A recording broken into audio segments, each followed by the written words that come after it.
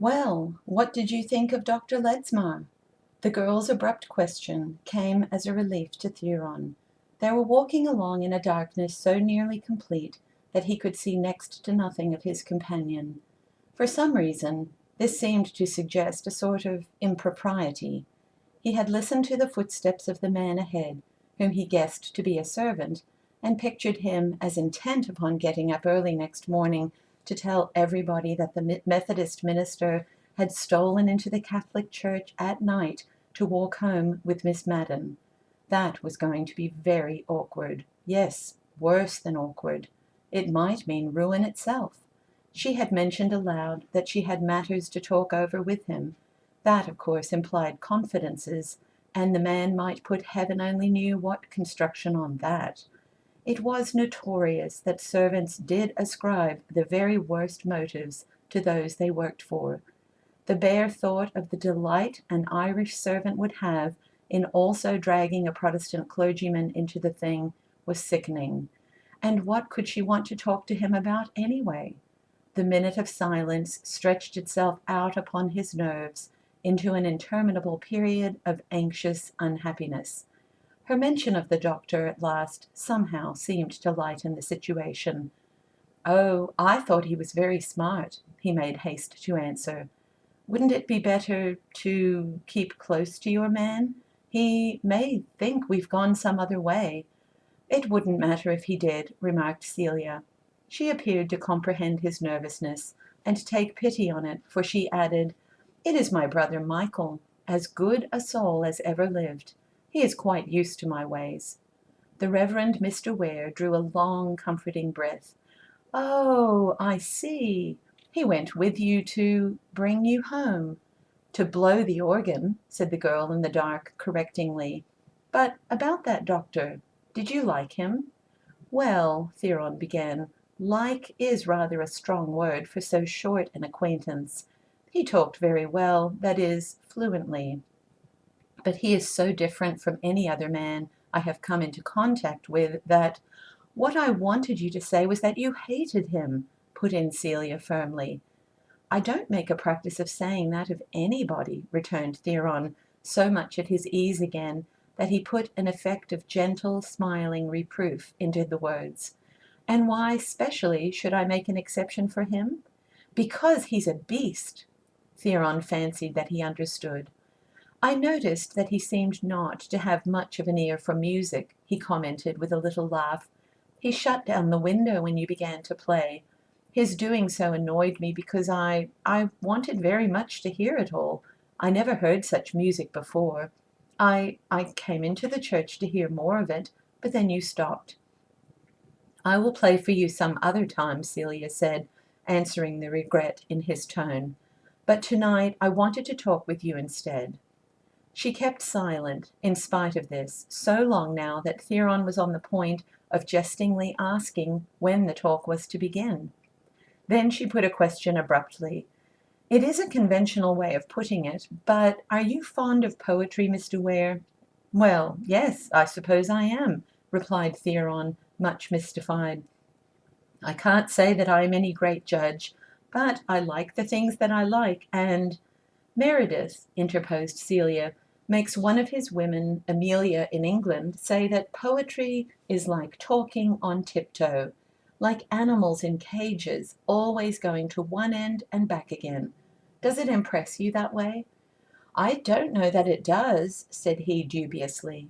It seemed, however, to be her whim to talk literature, and he went on. "I've hardly read Meredith at all. I once borrowed his Lucille, but somehow I never got interested in it. I heard a recitation of his once, though, a piece about a dead wife, and the husband and another man quarreling as to whose portrait was in the locket on her neck, and if they're going up to settle the dispute, and finding that it was the likeness of a third man, a young priest. And though it was very striking, it didn't give me a thirst to know his other poems. I fancied I shouldn't like them, but I dare say I was wrong. As I get older, I find that I take less narrow views of literature, that is, of course, of light literature, and that—" Celia mercifully stopped him. The reason I asked you was, she began, and then herself paused. Or no, never mind that. Tell me something else. Are you fond of pictures, statuary, the beautiful things of the world? Do great works of art, the big achievements of the big artists, appeal to you, stir you up? Alas, that is something I can only guess at myself, answered Theron humbly. I have always lived in little places. I suppose, from your point of view, I have never seen a good painting in my life. I can only say this, though, that it has always weighed on my mind as a great and sore deprivation, this being shut out from knowing what others mean when they talk and write about art. Perhaps that may help you to get at what you are after. If I ever went to New York, I feel that one of the first things I should do would be to see all the picture galleries. Is that what you meant? And would you mind telling me why I asked you? Celia supplied his halting question. No, I don't mind.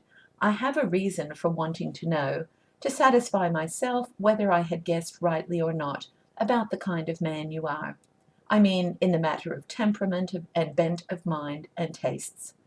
The girl seemed to be speaking seriously and without intent to offend. Theron did not find any comment ready, but walked along by her side, wondering much what it was all about. I dare say you think me too familiar on short acquaintance, she continued after a little. My dear Miss Madden, he protested perfunctorily. No, it is a matter of a good deal of importance, she went on. I can see that you are going to be thrown into friendship, close contact, with Father Forbes. He likes you, and you can't help liking him. There is nobody else in this raw, overgrown, empty-headed place for you and him to like. Nobody except that man, that Dr. Ledsmar.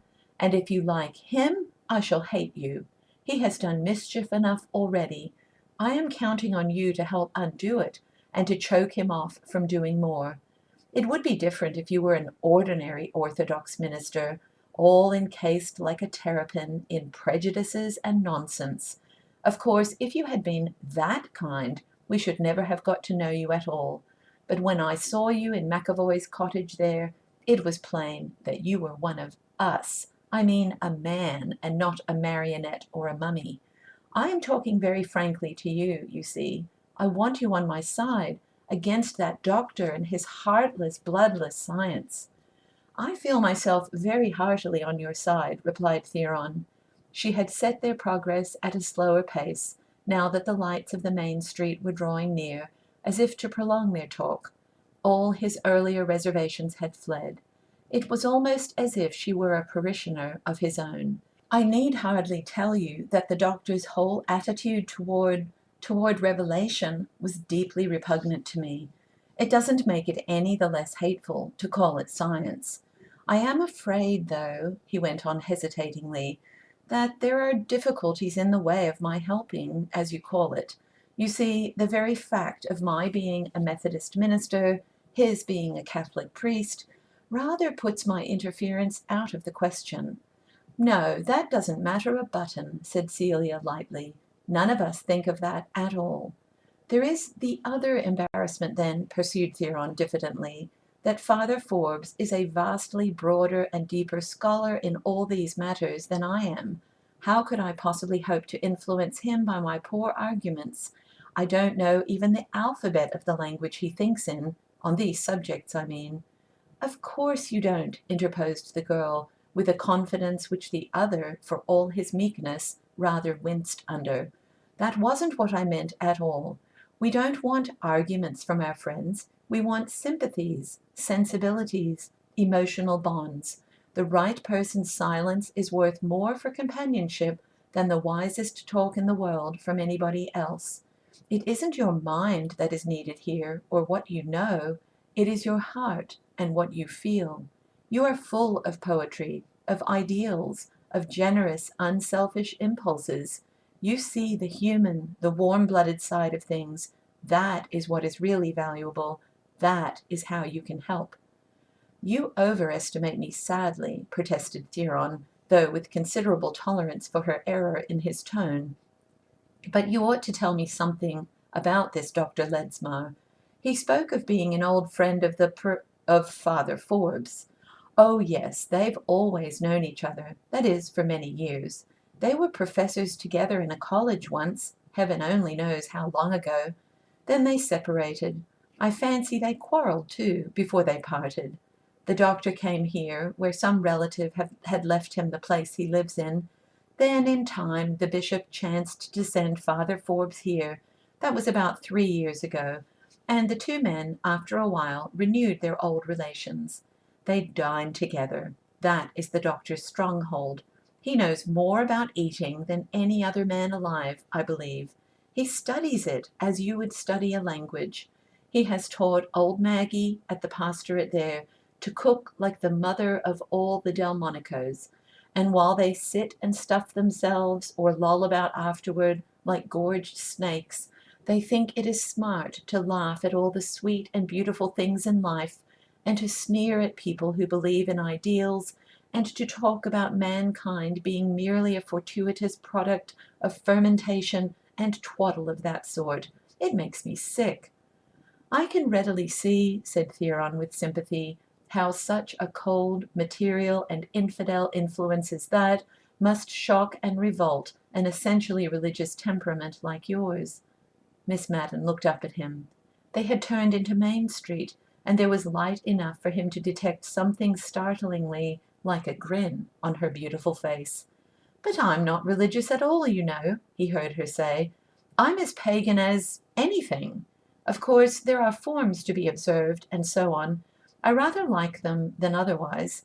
I can make them serve very well for my own system, for I am myself, you know, an out-and-out Greek." "Why, I had supposed that you were full-blooded Irish," the Reverend Mr. Ware found himself remarking, and then on the instant was overwhelmed by the consciousness that he had said a foolish thing. Precisely where the folly lay he did not know, but it was impossible to mistake the gesture of annoyance which his companion had instinctively made at his words.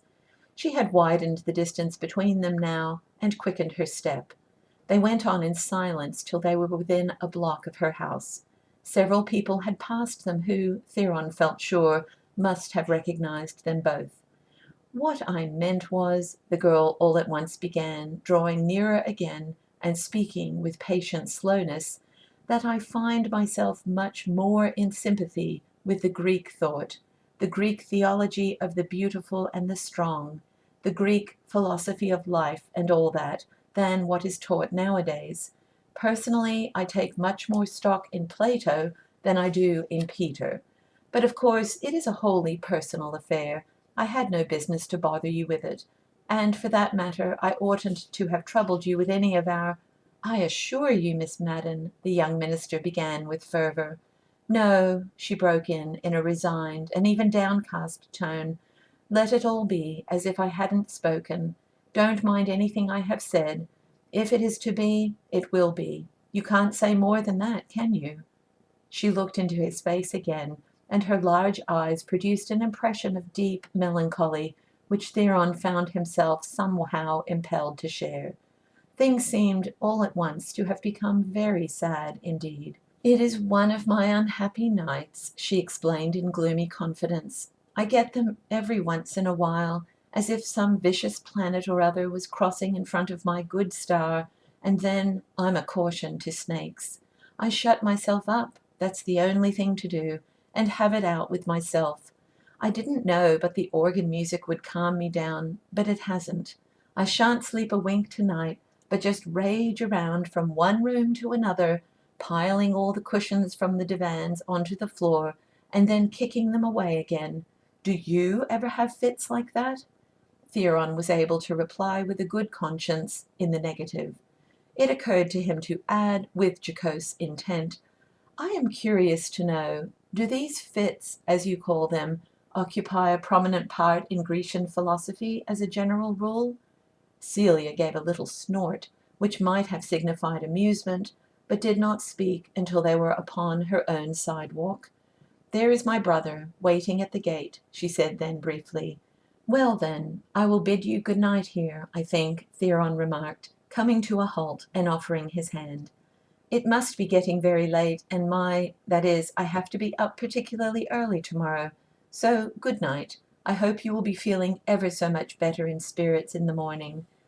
"Oh, that doesn't matter," replied the girl listlessly. "It's a very paltry little affair, this life of ours, at the best of it. Luckily, it's soon done with, like a bad dream." "Tut, tut, I won't have you talk like that," interrupted Theron, with a swift and smart assumption of authority. "Such talk isn't sensible, and it isn't good. I have no patience with it." "Well, try and have a little patience with me, anyway, just for tonight," said Celia, taking the reproof with gentlest humility, rather to her censor's surprise. "I really am unhappy tonight, Mr. Ware, very unhappy. It seems as if all at once the world had swelled out in size 1,000-fold, and that poor me had dwindled down to the merest wee little red-headed atom, the most helpless and forlorn and lonesome of atoms at that." She seemed to force a sorrowful smile on her face as she added, "But all the same, it has done me good to be with you. I am sure it has, and I dare say that by tomorrow I shall be quite out of the blues. Good night, Mr. Ware. Forgive my making such an exhibition of myself. I was going to be such a fine early Greek, you know, and I have turned out only a late Milesian, quite of the decadence. I shall do better next time. And good night again, and ever so many thanks." She was walking briskly away toward the gate now, where the shadowy Michael still patiently stood. Theron strode off in the opposite direction, taking long deliberate steps and bowing his head in thought. He had his hands behind his back, as was his wont, and the sense of their recent contact with her firm, ungloved hands was, curiously enough, the thing which pushed itself uppermost in his mind. There had been a frank, almost manly vigor in her grasp. He said to himself that, of course, that came from her playing so much on the keyboard. The exercise naturally would give her large, robust hands. Suddenly he remembered about the piano. He had quite forgotten to solicit her aid in selecting it. He turned upon the impulse to go back. She had not entered the gate as yet, but stood shiningly visible under the street lamp on the sidewalk, and she was looking in his direction. He turned again like a shot and started homeward. The front door of the parsonage was unlocked, and he made his way on tiptoe through the unlighted hall to the living room. The stuffy air here was almost suffocating, with the evil smell of a kerosene lamp turned down too low. Alice sat asleep in her old farmhouse rocking-chair, with an inelegant darning basket on the table by her side. The whole effect of the room was as bare and squalid to Theron's newly informed eye as the atmosphere was offensive to his nostrils. He coughed sharply, and his wife sat up and looked at the clock. It was after 11. "Where on earth have you been?" she asked with a yawn, turning up the wick of the lamp again. "If you will sew by a lamp instead of the gas, you ought never to turn it down," said Theron, with a complaining note in his voice. "It smells up the whole place. I never dreamt of your sitting up for me like this. You ought to have gone to bed." "But how could I guess that you were going to be so late?" she retorted. "And you haven't told me where you were. Is this book of yours going to keep you up like this right along?" The episode of the book was buried in the young minister's mind beneath such a mass of subsequent experiences that it required an effort to him to grasp what she was talking about. It seemed as if months had elapsed since he was in earnest about that book, and yet he had left the house full of it only a few hours before. He shook his wits together and made answer, "Oh, bless you, no. Only there arose a very curious question. You have no idea, literally no conception, of the interesting and important problems which are raised by the mere fact of Abraham leaving the city of Ur. It's amazing, I assure you. I hadn't realized it myself." "Well," remarked Alice, rising, and with good humor and petulance struggling sleepily in her tone, "all I've got to say is, that if Abraham hasn't anything better to do than to keep young ministers of the gospel out goodness knows where till all hours of the night, he might much better have stayed in the city of Ur right straight along." "You have no idea what a scholarly man Dr. Ledsmar is," Theron suddenly found himself inspired to volunteer. "He has the most marvelous collection of books. a whole library devoted to this very subject, and he has put them all quite freely at my disposal. Extremely kind of him, isn't it?" "Ledsmar? Ledsmar?" queried Alice. "I don't seem to remember the name. He isn't the little man with the birthmark who sits in the pew behind the Lovejoys, is he? I think someone said he was a doctor." "Yes, a horse doctor," said Theron with a sniff. "No, you haven't seen this Dr. Ledsmar at all. I don't know that he attends any church regularly. I scraped his acquaintance quite by accident. He is really a character. He lives in the big house just beyond the race course, you know, the one with the tower at the back." "No, I don't know. How should I? I've hardly poked my nose outside of the yard since I've been here." "Well, you shall go," said the husband consolingly. "You have been cooped up here too much, poor girl. I must take you out more, really. I don't know that I could take you to the doctor's place, though, without an invitation, I mean. He is a trifle queer about some things. He lives there all alone, for instance, with only a Chinaman for a servant. He told me I was almost the only man he had asked under his roof for years. He isn't a practicing physician at all, you know. He is a scientist. He makes experiments with lizards and things." "Theron," the wife said, pausing lamp in hand on the way to the bedroom, "do you be careful now. For all you know, this doctor may be a loose man, or pretty near an infidel. You've got to be mighty particular in such matters, you know, or you'll have the trustees down on you like 1,000 of brick." "I will thank the trustees to mind their own business," said Theron stiffly, and the subject dropped. The bedroom window upstairs was open, and upon the fresh night air was borne in the shrill jangling sound of a piano being played off somewhere in the distance, but so vehemently that the noise imposed itself upon the silence far and wide. Theron listened to this as he undressed. It proceeded from the direction of the main street, and he knew as by instinct that it was the Madden girl who was playing. The incongruity of the hour escaped his notice. He mused instead upon the wild and tropical tangle of moods, emotions, passions, which had grown up in that strange temperament. He found something very pathetic in that picture she had drawn of herself in forecast, roaming disconsolate through her rooms the livelong night, unable to sleep. The woeful moan of insomnia seemed to make itself heard in every strain from her piano. Alice heard it also, but, being unillumined, she missed the romantic pathos. "I call it disgraceful," she muttered from her pillow, "for folks to be banging away on a piano at this time of night. There ought to be a law to prevent it." "It may be some distressed soul," said Theron gently, "seeking relief from the curse of sleeplessness." The wife laughed almost contemptuously. "Distressed fiddlesticks," was her only other comment. The music went on for a long time, rising now to strident heights, now sinking off to the merest tinkling murmur, and broken ever and again by intervals of utter hush. It did not prevent Alice from at once falling sound asleep, but Theron lay awake, it seemed to him for hours, listening tranquilly, and letting his mind wander at will through the pleasant antechambers of sleep, where are more unreal fantasies than dreamland itself affords.